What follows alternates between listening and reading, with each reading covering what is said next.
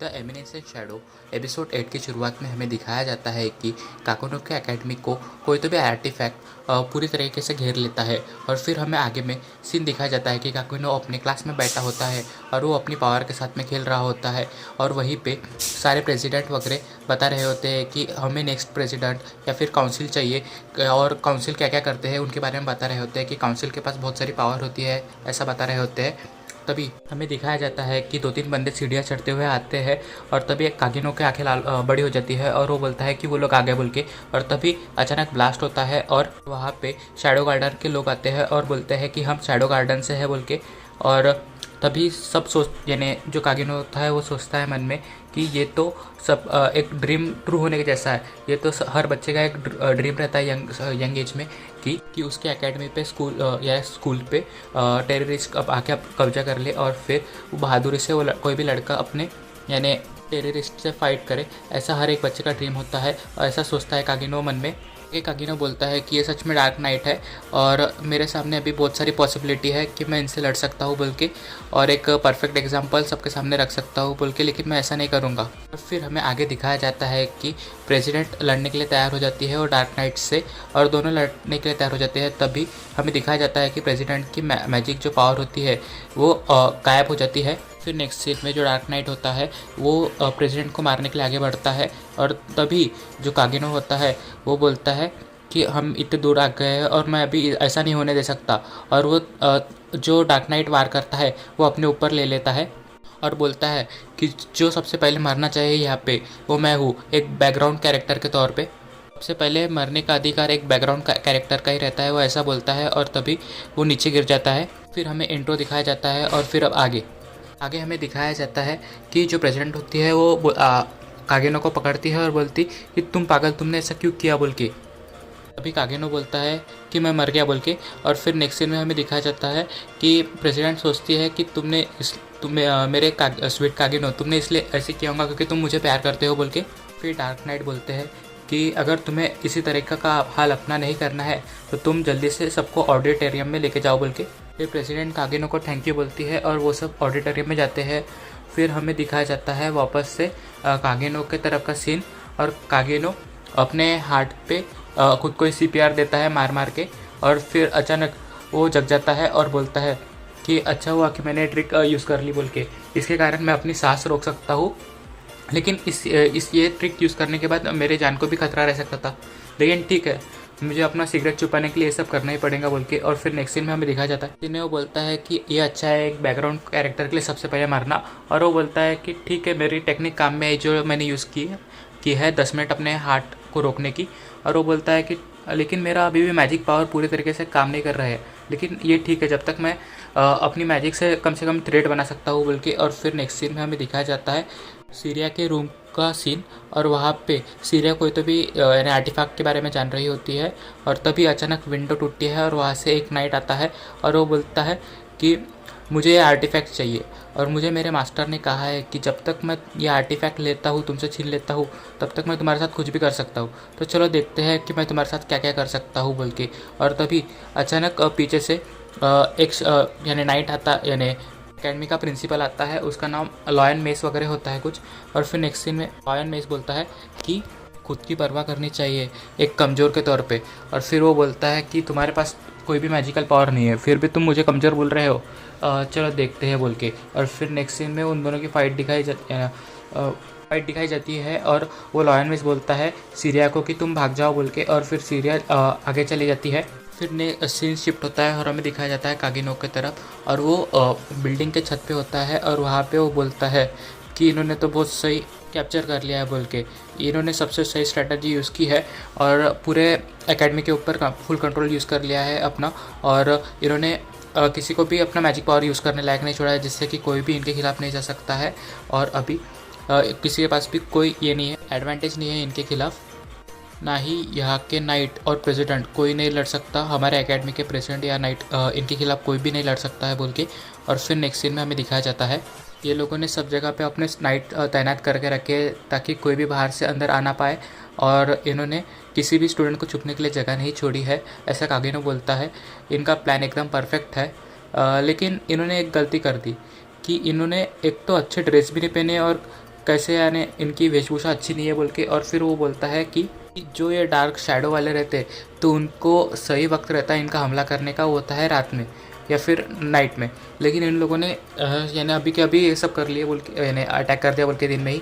तो वो बोलता है कि मुझे शायद थोड़ा टाइम रुकना चाहिए और मैं रात में यानी शाम होने तक वेट करता हूँ और फिर मैं अपना जादू दिखाऊंगा बोल के। और वो बोलता है कि तब तक के लिए मैं थोड़े से छोटे मोटे ट्रिक खेलता हूँ बोल के इनके साथ। और वो उनके साथ छोटे मोटे ट्रिक खेलने के नाम पे एक दूसरे को मारता है अपनी छोटी मोटी यानी जादू से, जबकि सबकी जो मैजिक पावर है वो ब्लॉक हो चुकी है। लेकिन कागिनो की मैजिक पावर जो है वो थोड़ी सी काम कर रही है थ्रेड के रूप में, तो उससे ही वो बहुत सारे एक नाइट को मार देता है। और फिर नेक्स्ट सीन में हमें दिखाया जाता है सीरिया को भागते हुए, और कागिनो बोलता है कि ये पागल पिंक बालों वाली लड़की को पकड़ने सब जा रहे हैं। और फिर वो जाती है और एक जगह पे छुप जाती है। तभी एक नाइट जो होता है वो उसको देख लेता है और वो बोलता है कि सीरिया तुमको क्या लगता है मैं तुम्हें देख नहीं पाता बोल के। और फिर वो सीरिया के पास जा ही रहा होता है, तभी कागिनो अपने यानी मैजिक से उसको मार देता है। और फिर सीरिया बोलती है कि शायद उसने मुझे नहीं देखा नाइट ने। और फिर वो आगे बढ़ती है और वैसा ही इंसिडेंट 2-3 बार होता है। सीरिया बोलती है हर बार कि यानी सीरिया को नाइट देख लेता है और नाइट देखने के बाद जो अपना कागिनो होता है वो नाइट को मार देता है। और सीरिया को लगता है कि शायद कुछ भी नहीं था, ये मेरा वहम होगा बोल के, यहाँ पे कोई नाइट वगैरह नहीं होगा बोल के। फिर ऐसे ही सीरिया आगे जा रही होती है और फिर सीरिया अपने सीढ़ियाँ चढ़ रही होती है। तभी अचानक उसका पैर फिसलता है और वो गिर जाती है। और गिरते वक्त ही कागिनो वहाँ पे पहुँच जाता है और सीरिया को पकड़ लेता है। और कागिनो पूछता है कि क्या तुम ठीक हो बोल के।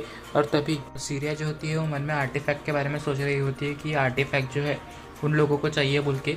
और ये आर्टिफैक्ट ज़रूर ही वो जो उनका आर्टिफैक्ट है ना जो वो लोग यूज़ कर रहे हैं, जिससे कि मैजिक पावर सबकी ब्लॉक हो चुकी है, तो उसको ये रोकने के काम में आ सकता है बोल के आर्टिफैक्ट, उसको ऐसा लगता है। फिर सीरिया कागिनो को थैंक यू बोलती है बचाने के लिए। और सीरिया बोलती है कि तुम्हें तो बहुत ज़्यादा चोट लगी है बोल के। और कागिनो बोलता है कि ये तो एक मिरेकल ही है कि मैं बच गया बोल के। तो भी मेरे एनिमल डेट से इनकाउंटर हो गया था बोल के, लेकिन मैं बच गया बोल के।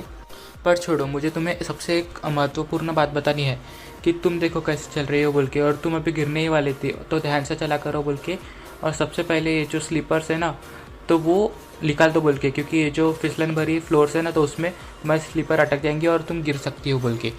हमें दिखाया जाता है कि सीरिया अपने स्लीपर्स निकाल लेती है और वो बोलती है कि मुझे लगता है कि जो प्रिंसिपल है वो असैसिन हो गया है बोल के।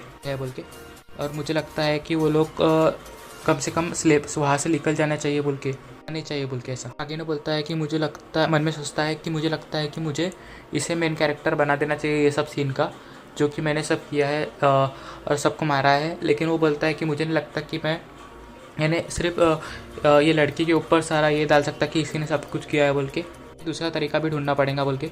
और ये जो सिनेरियो है वो बहुत ख़तरनाक है बोल के। तभी सीरिया बोलती है कि मुझे मिल गया बोल के।